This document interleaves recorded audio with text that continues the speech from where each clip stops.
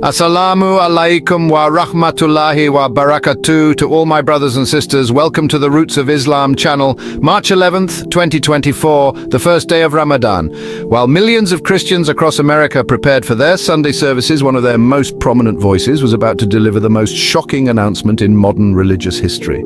Shaun King, the man who had preached from countless pulpits, who had built his reputation as a Christian social justice warrior, who had been trusted by churches nationwide to speak God's truth, stood before cameras wearing a Palestinian keffiyeh and uttered words that would shatter everything his followers thought they knew about faith, loyalty and conviction. "I bear witness that there is no God but Allah, and Muhammad is his messenger." In that moment, the 44-year-old pastor and activist didn't just convert to Islam. He ignited a controversy that would force America to confront uncomfortable questions about religious authenticity, political motivation, and the true cost of standing for your beliefs when the whole world is watching. Shaun Jeffrey King's journey to faith began in the rural landscapes of Kentucky, where he was born on September 17, 1979, into a world where Christianity wasn't just religion, it was identity, community, and survival. Raised in a devoutly Christian household, young Shaun showed early signs of the passionate conviction that would define his life. He memorized Bible verses with remarkable ease, displayed natural leadership among his peers, and possessed an unusual sensitivity to injustice that his family attributed to divine calling. By his teenage years, Shaun was already preaching at local churches, his powerful voice and commanding presence making him a standout even among experienced ministers. Teachers and church leaders saw in him the potential for greatness in Christian ministry, never imagining that his passionate pursuit of justice would eventually lead him away from the faith that had shaped his entire worldview. At Morehouse College, one of America's most prestigious historically black institutions, Shaun's Christian identity became inseparable from his growing awareness of social justice issues. Surrounded by the legacy of Dr. Martin Luther King Jr. and other faith-driven civil rights leaders, he began developing a theological framework that viewed Christianity as inherently revolutionary, a force for challenging systemic oppression and defending the marginalized. His professors noted his exceptional ability to connect biblical teachings with contemporary social issues, and his passionate sermons at campus religious gatherings drew crowds that spilled beyond chapel walls. During these formative years, Shaun's faith seemed unshakable, rooted in deep biblical knowledge, strengthened by academic rigor, and animated by a genuine desire to serve God through serving others. The idea that this young Christian warrior might one day abandon his faith would have seemed not just unlikely, but impossible to anyone who witnessed his fervent devotion during these crucial years. After college, Shaun's reputation as a dynamic Christian speaker and social justice advocate grew rapidly across the American South. Churches competed to have him lead revivals and speak at conferences, drawn by his unique ability to weave together biblical teaching and contemporary activism in ways that both inspired and challenged congregations. His early ministry was marked by powerful sermons that called Christians to live out their faith through concrete action on behalf of the oppressed, drawing heavily from the prophetic tradition and Jesus' teachings about caring for the least of these. Shaun founded several Christian organizations focused on criminal justice reform and racial reconciliation, always grounding his work explicitly in Christian theology and biblical mandates. His influence extended beyond the pulpit through books, articles, and speaking engagements that established him as a leading voice in progressive Christianity, someone who could bridge the gap between faith and activism in ways that seemed both authentic and powerful. The rise of social media transformed Shaun from a regional religious figure into a national Christian influencer with millions of followers. His Facebook posts and Twitter threads, which combined biblical wisdom with sharp political commentary, resonated with Christians who had been looking for religious leaders willing to address contemporary injustices directly and forcefully. Shaun's online ministry became a daily source of inspiration and challenge for Christians across America, his posts regularly shared in church groups and Christian communities nationwide. He launched multiple digital platforms specifically designed to mobilize Christian activism, framing every social justice campaign in explicitly biblical language and calling on followers to act from their faith convictions. During this period, Sean seemed to represent the future of American Christianity, tech-savvy, socially conscious, and unafraid to challenge both secular and religious establishments when they failed to live up to Christian principles of justice and compassion. The emergence of the Black Lives Matter movement in the mid-2010s catapulted Sean into national prominence as one of the most visible Christian voices advocating for racial justice. He framed the movement in explicitly theological terms, arguing that defending black lives was a fundamental Christian duty rooted in the biblical understanding of human dignity and God's preferential concern for the oppressed. His speeches at rallies and protests were peppered with biblical references and prayers, and he consistently called on churches to join the movement as a matter of faithful discipleship rather than political preference. Sean's Christian identity seemed central to his effectiveness as an activist. It provided moral authority, connected him to powerful religious networks, and offered a framework for understanding social justice work as sacred calling rather than secular political activity. His ability to mobilize Christian communities for social justice causes made him one of the most influential progressive Christian leaders in America. However, success brought unexpected challenges that began to create cracks in Sean's public persona and private faith. As his platform grew, so did scrutiny of his lifestyle, fundraising practices, and theological consistency. Critics began questioning whether his Christian activism was genuinely faith-driven or primarily motivated by personal ambition and financial gain.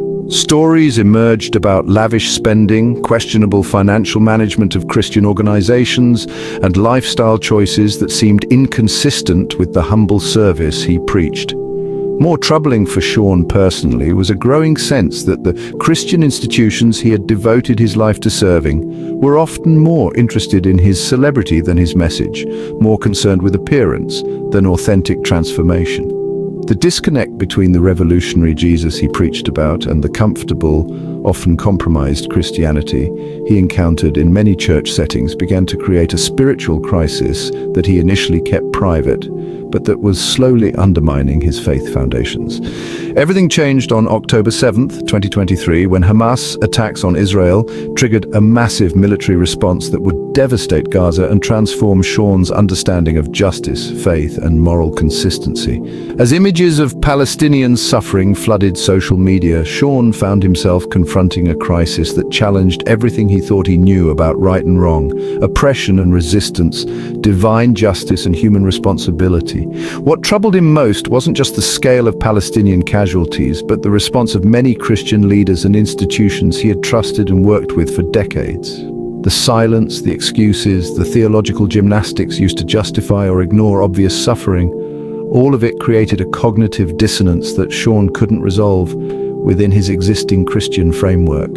For the first time in his life, he began seriously questioning whether the Christianity he had devoted his life to was capable of consistent moral clarity when confronted with power, politics, and uncomfortable truths. As Sean grappled with his crisis of faith, he found himself increasingly drawn to Muslim voices and perspectives on the Palestinian situation.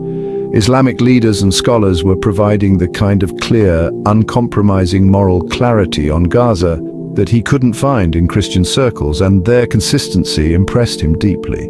For the first time in his adult life, Sean began studying Islamic texts and talking with Muslim friends and colleagues about their faith, initially seeking to understand their political positions, but gradually becoming interested in their theological foundations. What surprised him was how much Islamic teachings resonated with the social justice Christianity he had been preaching for years. The emphasis on defending the oppressed, caring for the poor, challenging unjust systems, and submitting to divine will rather than human comfort. The more he learned about Islam, the more he began to wonder whether he had been seeking in Christianity something that was more authentically expressed in the religion of Muhammad. The breaking point came in February 2024 when Sean watched Israeli forces attack Palestinians seeking aid, killing over 100 people in what became known as the Flower Massacre. That night, as he prayed and wept over images of children's bodies, Sean experienced what he later described as a complete collapse of his Christian worldview. He could no longer reconcile the Jesus he claimed to follow, who sided with the oppressed and condemned the powerful, with a Christianity that seemed unable or unwilling to consistently apply those principles when politics made it inconvenient. In the weeks that followed, Sean began secretly studying Islam more intensively, meeting with Muslim scholars, and exploring whether the spiritual and moral clarity he was seeking might be found in submission to Allah rather than faith in Christ. The decision that would shock America was actually months in the making, the result of deep spiritual struggle rather than impulsive political posturing. The video that would go viral around the world was filmed at a Muslim community center in Dallas, Texas, where Sean and his wife Rai had come to formally embrace Islam on the first day of Ramadan. Wearing a Palestinian keffiyeh that symbolized both his political solidarity and spiritual transformation, Sean spoke with quiet intensity about the journey that had brought him to this moment. The past 6 months of suffering, pain, and trauma that we've seen in Gaza, he explained to the gathered Muslim community, had forced him to confront hard truths about faith, justice, and moral consistency that he could no longer ignore. As he recited the Shahada, Ashhadu an la ilaha illa Allah wa ashhadu anna Muhammadan Rasulallah, tears streamed down his face, reflecting not just the emotion of the moment, but the profound spiritual transformation that had been building for months.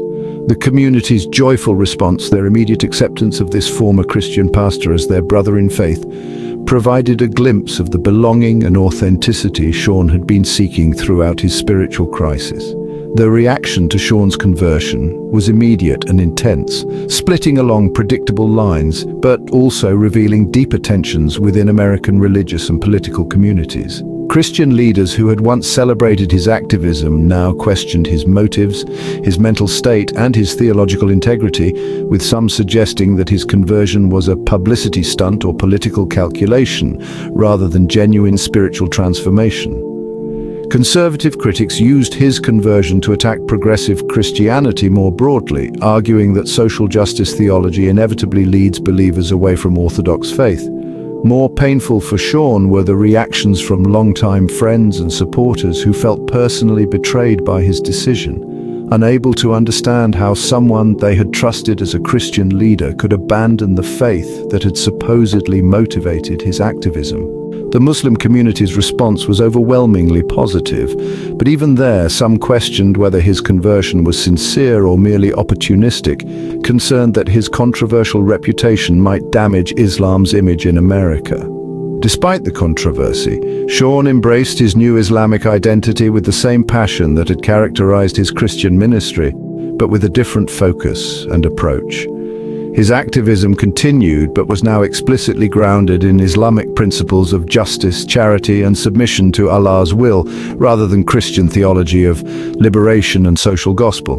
He began studying Arabic, attending Friday prayers regularly, and connecting with Muslim scholars and activists who could help deepen his understanding of his adopted faith. His social media presence shifted to include Quranic verses and Islamic teachings alongside political commentary, demonstrating a genuine effort to integrate his new religious identity with his ongoing social justice work. Muslim organizations began inviting him to speak at events and conferences, recognizing that his conversion represented both an opportunity and a responsibility. The chance to showcase Islam's appeal to seekers of justice, but also the need to support a high-profile convert whose every action would be scrutinized by both supporters and critics. Sean's conversion sparked broader conversations within both Christian and Muslim communities about faith, politics, and the relationship between religious conviction and social justice activism. Progressive Christians were forced to confront uncomfortable questions about whether their theology was robust enough to sustain activists through periods of moral crisis and political disillusionment. Some began examining their own responses to issues like Palestine, wondering whether their political positions were consistent with their stated religious values. Within Islam, Sean's story became a powerful testimony to the religion's appeal to those seeking justice and moral clarity, but also raised questions about how to integrate high-profile converts whose backgrounds might be controversial or complicated. His conversion became a case study in contemporary religious transformation, illustrating both the possibilities and challenges of crossing faith boundaries in an era of intense political polarization and religious tribalism. Today, nearly a year after his conversion, Sean King continues to navigate his new identity as a Muslim activist while dealing with ongoing scrutiny from both supporters and critics. His marriage to Rai has been strengthened by their shared spiritual journey, and their children are adapting to their parents' new faith with varying degrees of understanding and acceptance. Sean's activism has evolved to focus more explicitly on international justice issues, particularly supporting Palestinian rights and other causes that align with Islamic principles of defending the oppressed. But here's what makes his story truly significant for the future. Sources close to Sean suggest he's been working on a comprehensive memoir that will detail his spiritual journey from Christianity to Islam, potentially becoming the most honest and thorough account of religious conversion ever written by a major public figure. Additionally, rumors persist that he's planning to pursue formal Islamic education, possibly studying at prestigious Islamic institutions abroad, to deepen his theological knowledge and legitimacy within his adopted faith community. The pastor who shocked America by embracing Islam may be preparing to shock the world again, this time by demonstrating that authentic religious conversion, however controversial, can lead to deeper spiritual truth and more consistent moral action than the comfortable compromises that often characterize established religious practice.